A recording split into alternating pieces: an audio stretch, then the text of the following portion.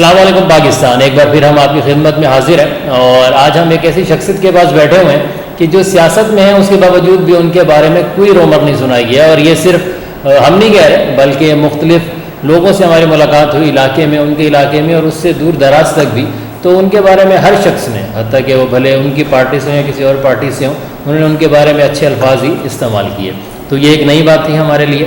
اس کے علاوہ وہ اپنے ضلع ملیر کے اندر بہت سی سماجی تنظیموں کی سرپرستی بھی کر رہے ہیں، اور انہوں نے اپنے دروازے ہمیشہ کھولے ہوئے ہوتے ہیں لوگوں کے لیے، اپنے علاقے کے ان کے بہت سے مسائل کے اندر وہ ان کے ساتھ کھڑے ہوتے ہیں. اور بہت سی اس طرح کی خوبیاں جو ان کے بارے میں شاید اگر میں گنوانے بیٹھوں تو میں گنوا نہیں سکتا. اور سب سے بڑی چیز انہوں نے جو یہاں پہ لوگوں کو دی وہ تھا کہ انہوں نے ایک واٹر پارک بنایا جو اس وقت پورے پاکستان کا سب سے بڑا واٹر پارک ہے، اور جو لوگ وہاں سے بھی لطف اندوز ہوتے ہیں. وہ ضلع ملیر کے اندر پی ٹی آئی کے دیہی علاقے کے صدر بھی ہیں. تو مزید ان کے بارے میں انہیں سے ہی پوچھیں گے آپ کے لیے ہم سوالات. السلام علیکم سر. وعلیکم السلام. کیسے ہیں سر؟ خیریت سے ہیں؟ اللہ کا کرم.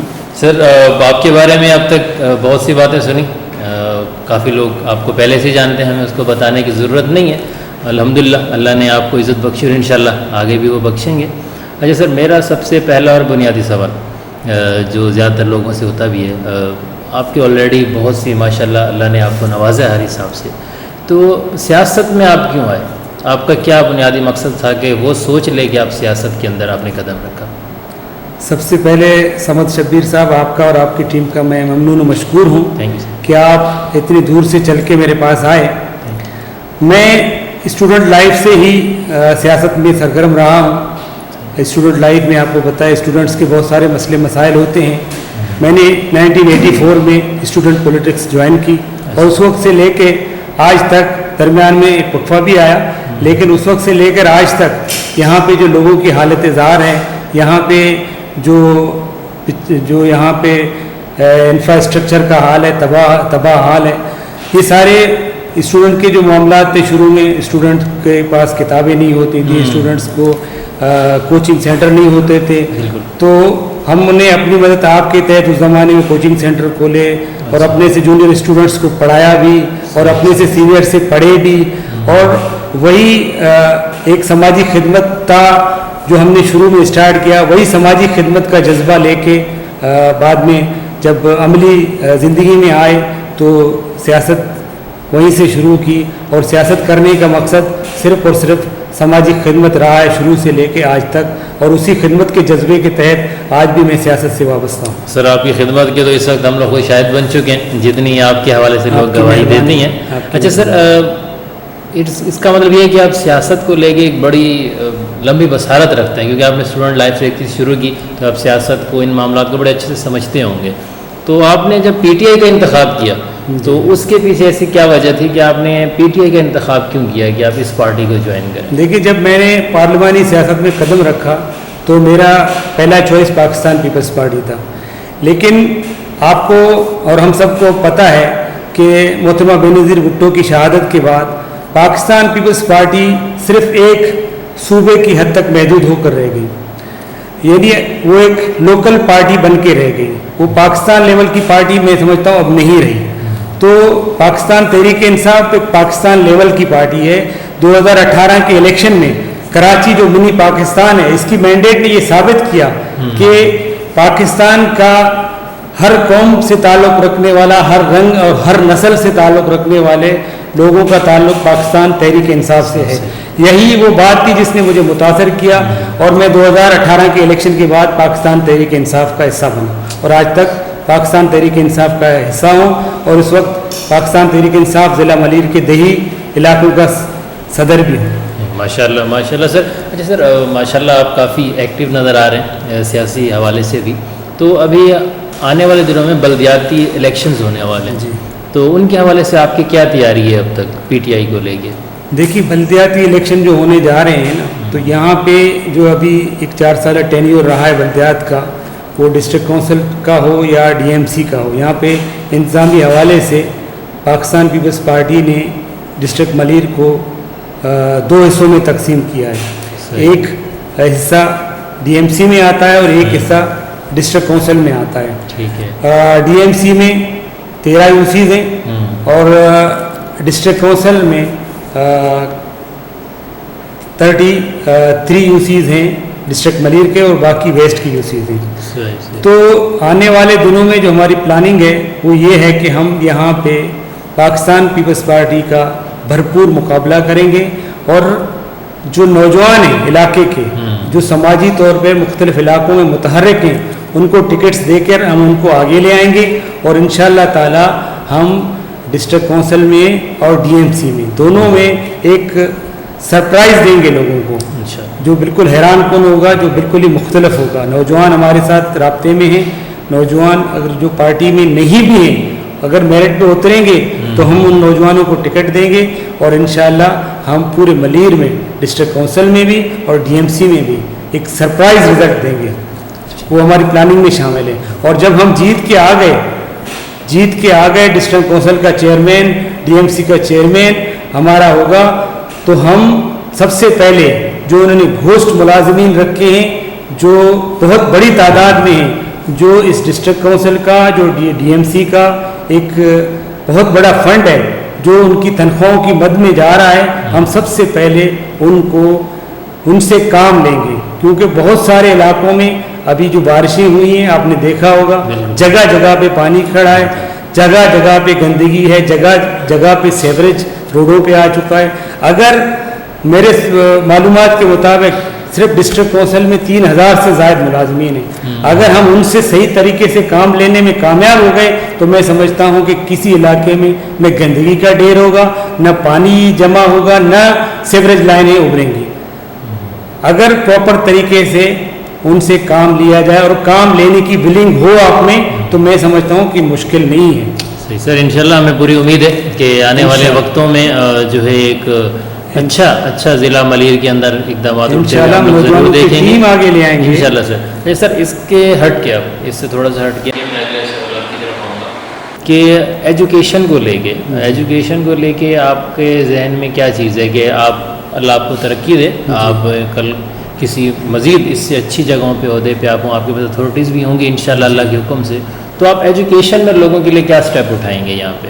دیکھیں, پاکستان تحریک انصاف کا جو منشور ہے اس کے مطابق یہ جو ایجوکیشن, ہیلتھ, اس طرح کے تمام جو اختیارات ہیں وہ نچلے لیول تک منتقل ہونے چاہیے. لیکن یہاں پہ سندھ گورنمنٹ بضد ہے کہ وہ پرانے ہی بلدیاتی نظام کو کنٹینیو کرنا چاہتے ہیں. اور ہماری پارٹی کا منشور ہے کہ ہم یہ جو بیسکس ہیں, ایجوکیشن ہو گیا, ہیلتھ ہو گیا, اور انتظامی لیول پہ پولیس کا ریونیو کا نظام بلدیات کو دینا چاہ رہے ہیں. اور میرے خیال میں نوٹیفیکیشن کا کچھ دنوں میں بلکہ عملی طور پر خیبر پختونخوا میں اس پہ کام بھی ہوا ہے اور مزید آنے والے بلدیات میں ہونے بھی جا رہا ہے.